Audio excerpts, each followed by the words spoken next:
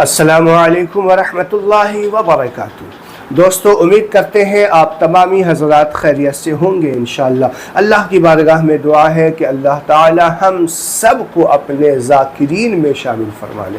दोस्तों, क्या आप चाहते हैं कि अल्लाह तबारक व तआला अपने ज़ाकिर बंदों में आपका नाम लिख दे, अपने नेक बंदों में आपका शुमार किया जाए और आपकी हर दुआ कबूल हो जाए?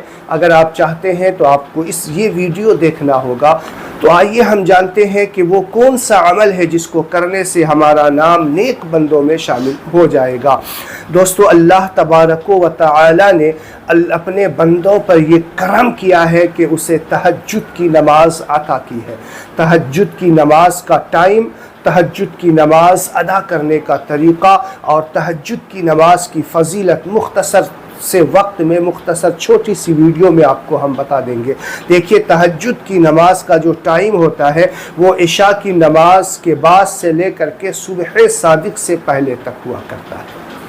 और इशा की नमाज के बाद अगर एक लम्हे के लिए भी आप सो गए, उसके बाद जो है आप तहज्जुद की नमाज पढ़ सकते हैं।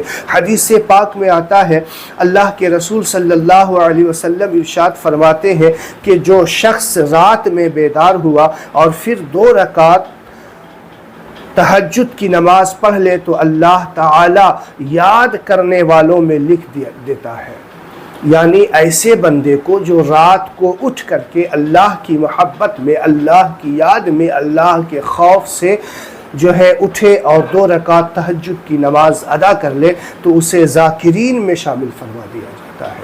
यानी अपने नेक बंदों का जो लिस्ट हुआ करता है उस लिस्ट में इसका भी नाम आ जाता है कि ये याद करने वालों में शामिल है, ये ज़िक्र करने वालों में शामिल है। देखिए, 2 रकात कम से कम या ज़्यादा से ज़्यादा 8 रकात तहज्जुद की नमाज का हुक्म आया है। अल्लाह के रसूल सल्लल्लाहु अलैहि वसल्लम ताकीद 8 रकात की फरमाया करते थे। तो 2 रकात भी पढ़ेंगे तो भी आप तहज्जुद की नमाज अदा करने वाले हो जाएंगे। कम से कम 8 रकात पढ़ेंगे तो भी आप ज़ाकिर बंदों में शामिल हो जाएंगे। 2-2 रकात करके आपको ये नमाज पढ़नी है। तो इशा की नमाज के बाद से लेकर के सुबह सादिक तक ये नमाज का वक्त रहता है।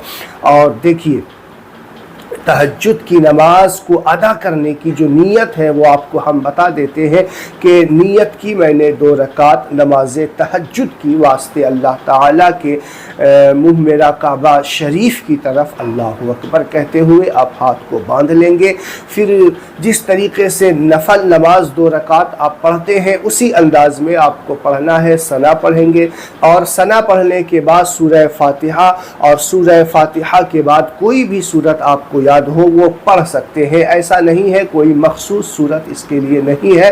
जो भी सूरतें आपको याद हो, जो भी कुरान पाक की आयतें आपको याद हो वो पढ़े। फिर रुकू सजदा करने के बाद जब दूसरी रकात में खड़े हो तो उसी तरीके से जिस तरीके से नफल नमाज अदा करते हैं अलहम्दु शरीफ और सूरत वगैरह पढ़ कर करके आप जो है रुकू सजदा कर करके जो है कायदे आखिरा में बैठ करके अत्तहियात और दरूद इब्राहिमी वगैरह पढ़ करके आप सलाम फेर ले। और सलाम फेरने के बाद जो है अल्लाह की बारगाह में जो दुआ करेंगे इंशाअल्लाह अल्लाह ताला आपकी वो दुआ कबूल फरमाएगा। तहज्जुद की नमाज पढ़ने वालों के चेहरे को रोशन कर दिया जाता है, उसके चेहरे से जो है बदबख्ती को हटा दिया जाता है और उसका चेहरा जो है बिल्कुल रोशन यानी इबादत गुजार जैसा चेहरा हो जाता है।